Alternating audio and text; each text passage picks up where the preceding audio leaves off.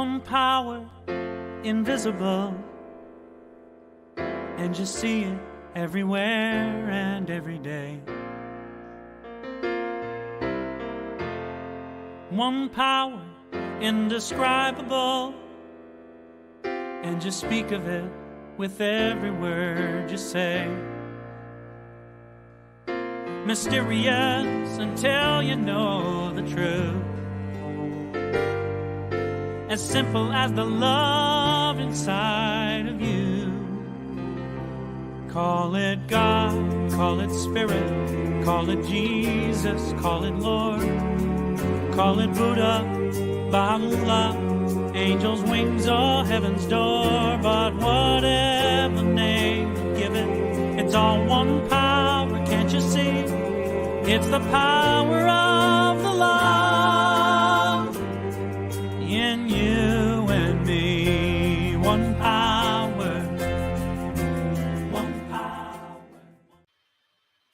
Good morning and welcome to the Center for Spiritual Living, Midtown, where we know and claim that such is the nature of life, that all it asks and all it wants is the opportunity to appear.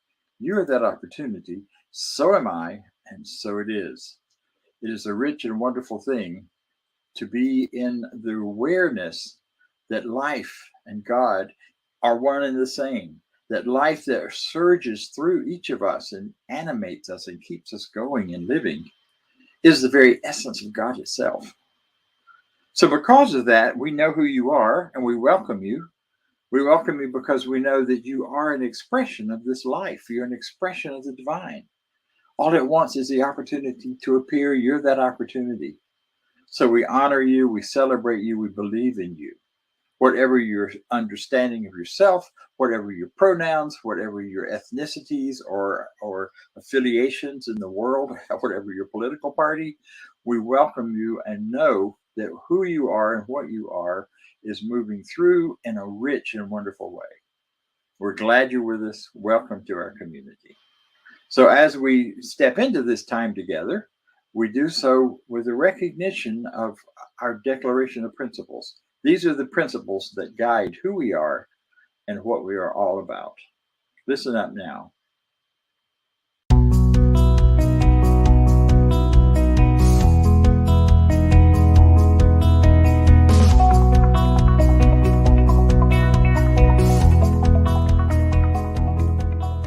I believe in one God, one absolute power and first cause to all things. I believe that this power is perfect love and creates out of a desire to express love. I believe all thought is creative, and how I choose to think creates my personal experience. I believe in the unity of all life and the immortality of the individual soul, forever unfolding. I believe in the eternal goodness, the eternal goodness of God, the eternal loving kindness, and the eternal givingness of God to all. And so it is. And so it is. And so it is. So you now heard something about what we believe in our Declaration of Principles. This is based on New Thought, Science and Mind, originally written by Dr. Ernest Holmes. So we are very grateful to be able to continue that tradition and to keep those great truths alive because they still fire up and embody and bring great good to each of us and to all of us. Next, we're going to hear from, our practitioner of the day, who is going to bring us a spiritual mind treatment or a prayer, as we call it. The practitioner is someone who's licensed by Centers for Spiritual Living because they had demonstrated the ability to really use this teaching for themselves and to use it for others and helping others to walk through and create a better life for themselves, a life more to their liking. And today that practitioner will be Norma Roberts. However, before that, let me tell you about our speaker. Our speaker is Reverend Cynthia Paulsen. She is also a member of our center and is an interfaith minister. She has great training and great credential in that. So I'm excited that she's going to be sharing with us her talk today. And which is entitled the same as our theme for the month, Words That Heal. So after we hear from what we affectionately call Reverend Norma, even though she hasn't got that title except where we give it to her out of recognition of her great power and spirituality, we'll hear from Reverend Cynthia. Take it away, Norma. Good morning, all, and thank you so very much, Reverend Bob. I really appreciate that, Reverend, but we'll make it sometime soon. But today I want to talk about one of our personal powers. And that's the power of our spoken word. Florence Chovos Shen maintains a large audience when speaking on the spoken word. She has a book by that same title. And in that book, we are informed you have only one judge. That judge is your word.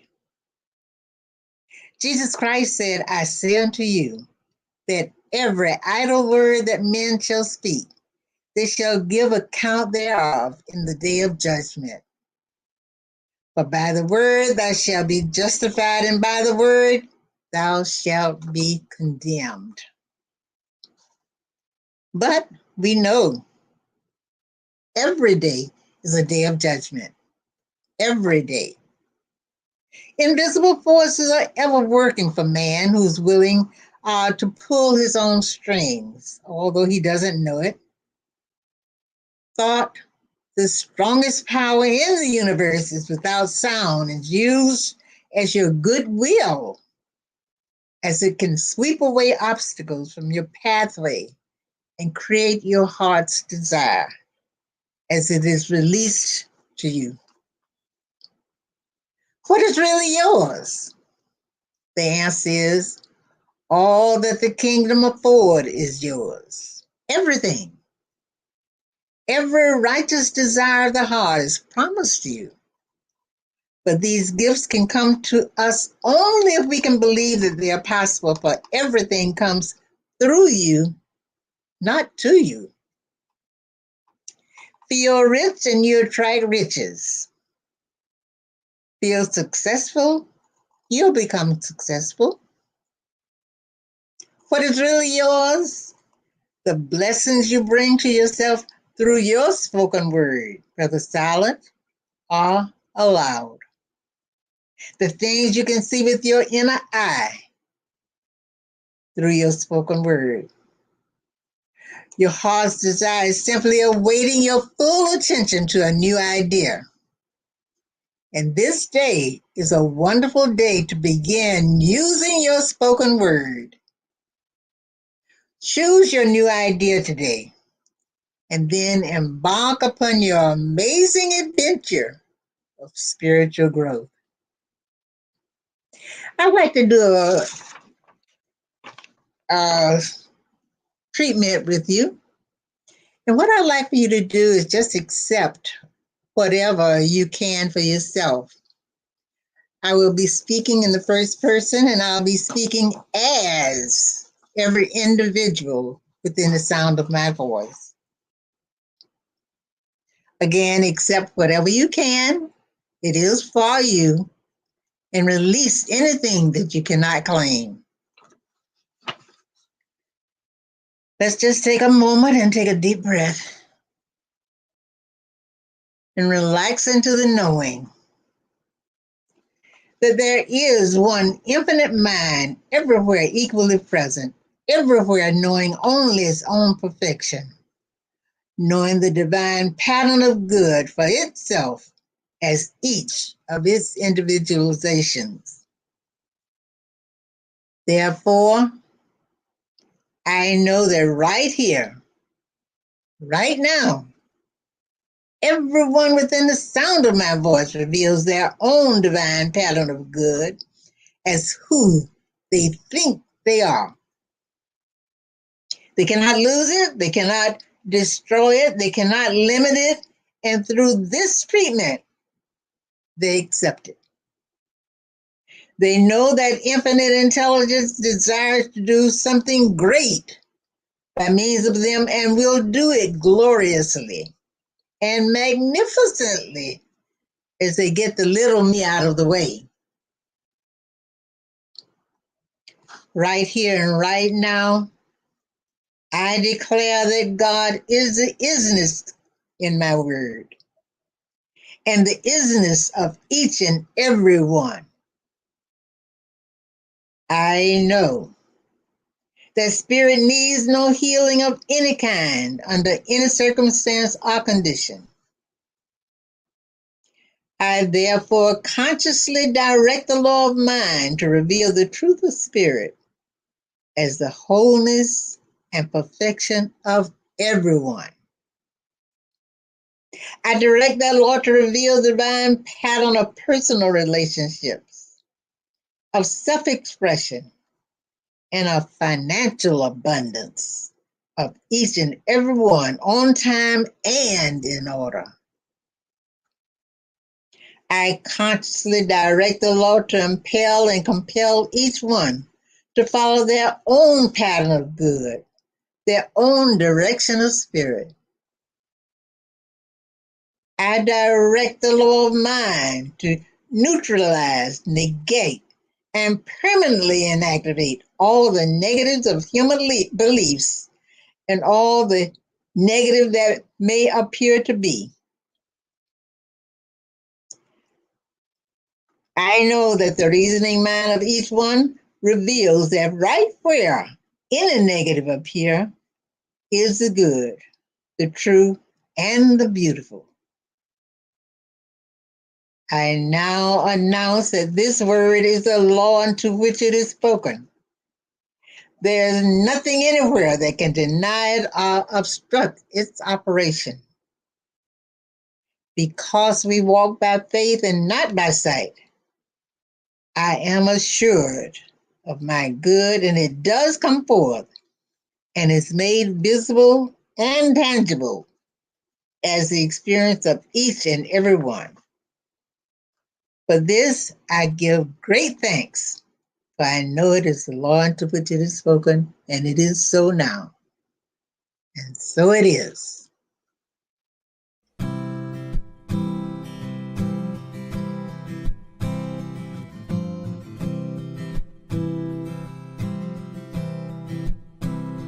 Get ready, my soul.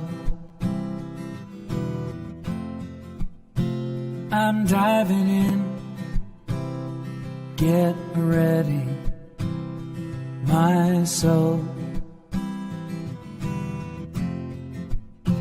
I'm diving in to the deepest kind of love, to the sweetest kind of life. Get ready, my soul.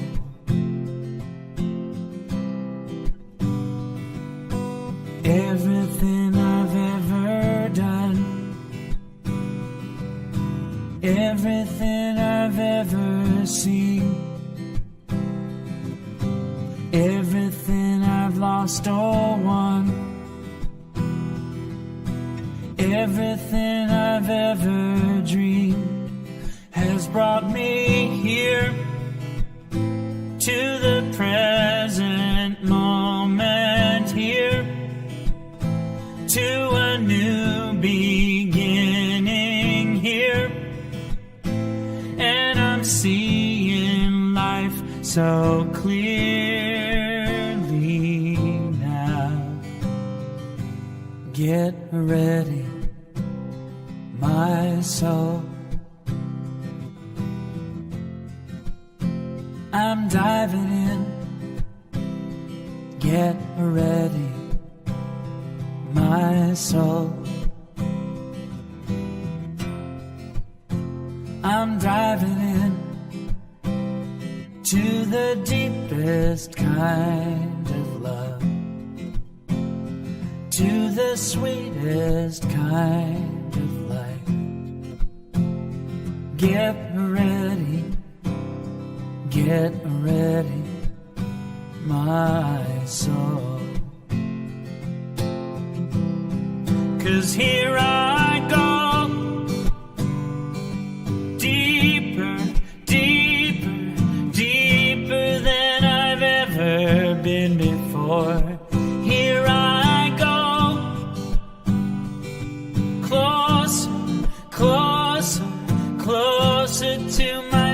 sacred source.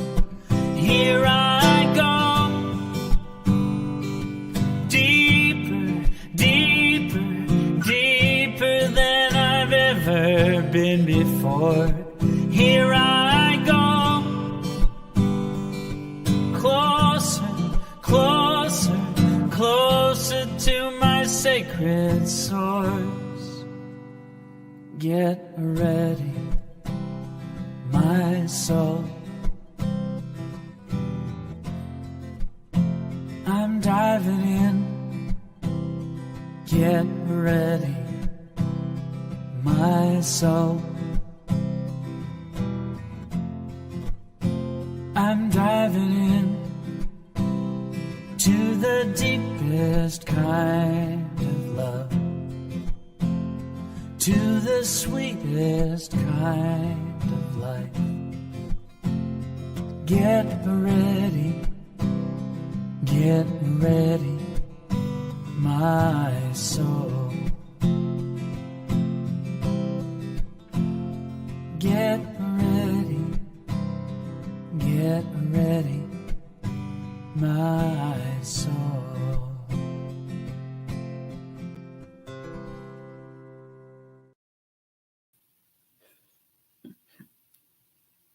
Good morning, CSL Midtown. It is always a pleasure to be here with you. And I'm about to give a talk unlike any other talk I've ever given. So buckle up, here we go. I have always wanted to give a sermon with book recommendations, talking about powerfully inspirational books that I have read on my spiritual journey. And now, this idea of discussing great new thought books fits perfectly with our theme for this month, which is words that heal. Now, when Dr. Bob first let me know that this was going to be the theme for September, that's immediately where my mind went and what I thought of. Not necessarily the power of our own words to heal us, which we know is definitely true, which Reverend Norma did a great job discussing this morning, but the power of other people's words, inspirational authors, books that I've read that have changed and healed my life. I know with certainty that I would not be who I am today if it weren't for the many spiritual books that I have read. And while preparing for this talk this week, I came across a quote by Ruth Bader Ginsburg. Apparently, she once said, "Reading shaped my dreams, and more reading helped me make my dreams come true." And I read that and I thought, she just described my life. I don't think I would be a minister, a speaker, or an author myself if it weren't for me treating books and reading as an important part of my spiritual practice. So to be clear, reading is absolutely a spiritual practice. Reading inspirational books is a huge part of, developing spiritual awareness and shifting our consciousness and helping us to understand abstract spiritual principles. Most religious institutions and churches are based on a book, whether it's, an ancient wisdom text or something that's been written in the last 100 years. Words have the power to convey a message and change people's lives. I can actually look back at certain times over the course of my life and see, I read that particular book and that led me to another book. And before I knew it, I was able to connect the dots and see the healing impact that certain books had on my spiritual life. Now, I did have to work very hard to whittle this list down to just a few. You can see the bookshelf behind me, and it is real. And those are only some of my books. There is a pile next to me here that I'm going to be showing you. And when I say that these books are books that heal, these ones that I'm about to talk about, I don't necessarily mean that they fixed a problem for me, but I do mean that they healed in the sense that they improved my understanding of spiritual principle. They moved the trajectory of my life to a better place, to a higher consciousness. They helped shift my thinking. They opened my eyes to new ideas. They gave me, tangible tools to improve my life experience. These are books that brought me in alignment with my life purpose and my spiritual truth. So who wouldn't want that, right? So let's start at the beginning. In the beginning was the Word. We know that. The first book that I believe healed my life is the Bible. Now, I fully intend to show you all these books as I talk about them. And I'm a little embarrassed to admit this, but the truth is, I donated my physical body to Goodwill before we moved. And that sounds really bad. But I did it because I hadn't used it in years, because I use a Bible app. BibleGateway.com has this cool app on my phone, and it's been wonderful. So that's the only book that I don't have like in physical form that I use a lot still. But here's what the Bible did for me. In my late 20s and early 30s, I was a member of a liberal, progressive Christian church with the United Church of Christ. And I was what you would call a seat filler. And those seat fillers are important. I showed up and I sat in the pews and I listened to sermons on Sundays. But what happened was, because I had teaching experience, I was a licensed K-8 teacher. They asked me if I would consider applying for their Christian education position that they had available, which meant if I applied and got that job, I was going to have to read the Bible regularly in order to present children's sermons during the service. Of course, I applied, I got the job, and so I had to read scripture, study it, read commentaries, and then my job was to make it understandable for children. And what that did was it shifted my approach from viewing this ancient wisdom text as something that was boring and hard to understand to seeing the Bible as something that could be simplified, that had a message of positivity and goodness that would inspire children. So I found and focused on scripture messages of love and peace and the goodness of God being available to them. So I might have been teaching children and inadvertently teaching the adults in the congregation as well, but I was also learning all that for myself. So that started my shift in thinking and started the healing of my thinking. Now, about this time in my life, I was struggling personally through a difficult marriage and ultimately a painful divorce, and I was not coping well at all. That was the year the documentary called The Secret came out. And soon after, the book, The Secret by Rhonda Byrne came out. This is what it looks like. And I have not removed all my sticky notes from any of these. I use these books in talks all the time. So this book taught me that the power of the universe was within me.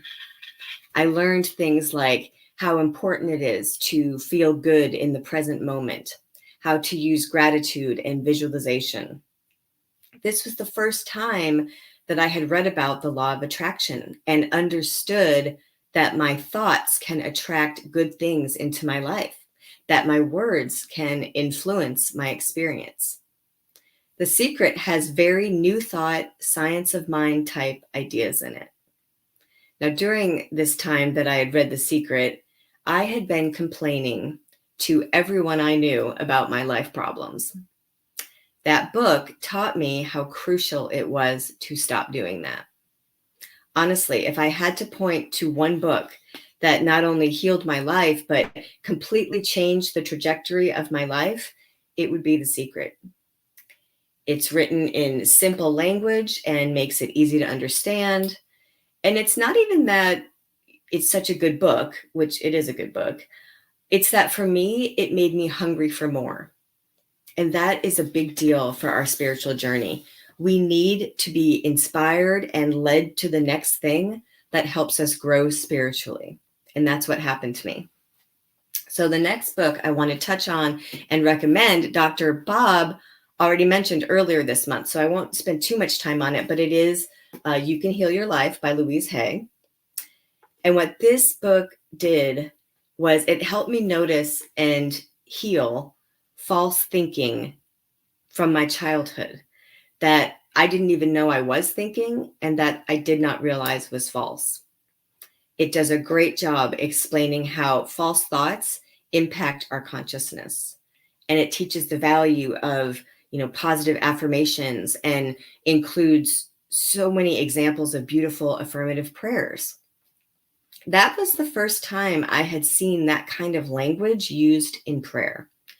Reading Louise Hay books is how I discovered what Centers for Spiritual Living even is. She was a practitioner and a minister back when CSL was still called Religious Science. So I was reading contemporary New Thought authors before I even knew what New Thought was. Which leads me to the next big book that I think healed my life. And it is literally a big book, The Science of Mind, our textbook that our church and our center is founded on. Now, it's so big, I think you could kind of knock somebody out with this. Reading this book is not a small task, I will admit. I bought this copy for my very first CSL class, which is Foundations of Science of Mind. Now, aside from the reading for the class, I could never seem to get myself to just sit down and read it from cover to cover, start to finish, like you would a normal book. And the reason was because I was not quite used to the language yet that Ernest Holmes writes with. I want to acknowledge that, because there could be someone out there watching who thinks, yeah, that book is too much for me. It's possible, because it's a little textbooky when you dive into it for the first time. So I want to share with you the best advice I ever got from a practitioner friend, which was to do the guide for the reading for The Science of Mind. You can read the textbook in a year, and there's a guide, and it's in the beginning of the book, just past the table of contents. And if you follow this guide, it bounces you all over the book, reading just a section or two at a time every day, a page or two. So you're not reading it in order, but it ends up that it's so much easier to understand and to get through. One day you're reading from the introduction, then the next day you're reading a couple inspirational meditations, then you might be reading about treatments for a specific ailment, and then you're reading, a metaphysical explanation of Jesus's ministry. So you're all over the place. And that is when the Science of Mind came alive for me. When I could piecemeal it like that and read just a little bit, think about it, meditate on it, and then move on to the next one the next day. Then when I finished the book after a year, I couldn't wait to turn around and read it again from the beginning all the way through. And I did. And it was a healing experience for me to finally begin grasping these spiritual principles. Now, as a piggyback on the Science of Mind text, there are some great New Thought daily readers out there. Like this one is, got a bit of a glare there. Sorry. It's 365 Science of Mind. So 365 days of Science of Mind. And then the other one that I would recommend is 365 Days of Richer Living. This one's written by Ernest Holmes. This one's Ernest Holmes and Raymond Charles Barker. Both very good books. And so the reason I recommend a daily reader of New Thought writings is that they are designed to just give you a page a day, a few paragraphs for your reading spiritual practice. It's a daily choice that we can make to focus on an uplifting word, an inspirational message, just a snippet of spiritual principle. And those kinds of books help you not only, heal, not only because of the content in them, but they help you develop a consistent habit with your spiritual practice, because it's easy to find just a few minutes to read just a couple pages. Now, another book that really helped me heal my life was Discover the Power Within You by Eric Butterworth. Eric Butterworth was a famous Unity minister, a prolific author, and this book of his was originally published in 1968. And it has so many New Thought nuggets of wisdom in it. The biggest takeaway being that the power of the divine is within all of us. You're going to know and understand that by the end of reading that book. The Discover the Power Within You impacted my personal journey so much because he brings the potential of Jesus to life. as a possibility for me and my life. And that's what would happen for you. You would realize that for you in your life. That book made me nostalgic for my days giving children's sermons and doing all that Bible reading. There are a lot of scripture references in it, but they're given with a great new thought metaphysical spin. That book really shows you that the answer to life is within you. You come away filled with possibility and spiritual confidence. Now, the last book I'm going to talk about sounds like a shameless plug because it's my book that was published last month on Amazon, but stick with me here. It's called Undoing the Knots, Reclaiming Our Good. And this book, I really think, fits the same category as those other books in that I truly believe it has the potential to heal. This book was written with the intention that it can heal the knots in your life. You know, knots are just the problems we all deal with from time to time. You know, things like lack, loneliness, fear, conflict, illness. You all know what human problems are, right? But the purpose of my book is to provide tangible resources, ideas, suggestions, spiritual practices that can help change your thinking to be in alignment with spirit and to help you think in a potentially new way about your life. It's just a collection of short stories, essays, meditations that are designed to help you heal your human challenges so that you can experience more good. It explains all kinds of spiritual practices, things like, you know, how affirmations work, what affirmative prayer is, how simple gratitude can be, how to observe your thoughts and beliefs and why that's so important, why forgiveness is crucial to living in harmony and health, how powerful we are because of our inherent unity with the divine, and obviously a lot more. I could talk all day about this, but I won't. Bottom line is, I believe that everything we could possibly want or need is within us. There is no limit to the good that we can experience because there is no limit to God. I also believe there is no limit to the ways we can heal, the ways that spirit can reach us with a greater understanding. So pick a good spiritual book, even if it's not one of these. There are words out there that can heal. These were just a tiny sampling. There are so many. And before I go, I want to give a shout out to the CSL Midtown discussion group because this is what they do. They recognize the healing power of words and they choose a spiritually inspiring book. Right now, they are reading the Living the Science of Mind book, which is behind me. And what they do is they get together every Sunday at 10 a.m. before our service on the Zoom link for the CSL Midtown Zoom link. So even if you haven't done the reading for the week, you can come and it's a wonderful group discussion experience, very powerful. And speaking of our Zoom link, I would absolutely love to hear what spiritual books you would recommend that you think have healed your life. And we have an opportunity to do that right after the service. You can hop on that Zoom. And if you've never done it before, all you have to do is to go to cslmidtown.org and the Zoom link and the password are there. And even if you're home in your jammies, you can have your camera off. You don't have to worry about being on camera. I want to hear from you and I want to know what books you would recommend. I will be on there and I'm looking forward to just a really fun discussion. So thank you so much, everyone, for having me. And now we'll turn it over to Vance. Thank you, Reverend Cynthia. What an awesome idea. All that knowledge that we gain through studying books. And then, like you said, the discussion group. Those are the things that we have here at CSL, Centers for Spiritual Living Midtown. Also, we have classes on those books too, every so often. So all of those things come together to bring us a better spiritual life. And with that, I like to say that's my gratitude that in having that, learning these things and improving our lives with new spiritual ideas to feed our mind and our heart.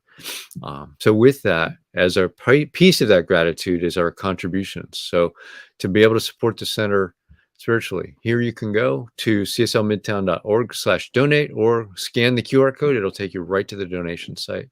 And if you will, say with me our affirmation of prosperity. I live in a universe of abundance. As I freely and joyfully give, I join in the divine flow. And all that I share with life returns to me multiplied abundantly. And so it is. And now, from our board president, Lee Huffman, we got some special announcements. Thank you, Vance. And you're absolutely right. Cynthia, that was a great discussion. Books have been a big part of my life, as you know. And those are books that are just really amazing and will give a good foundation to all of us for our spiritual guidance and where we're going. So thank you for that.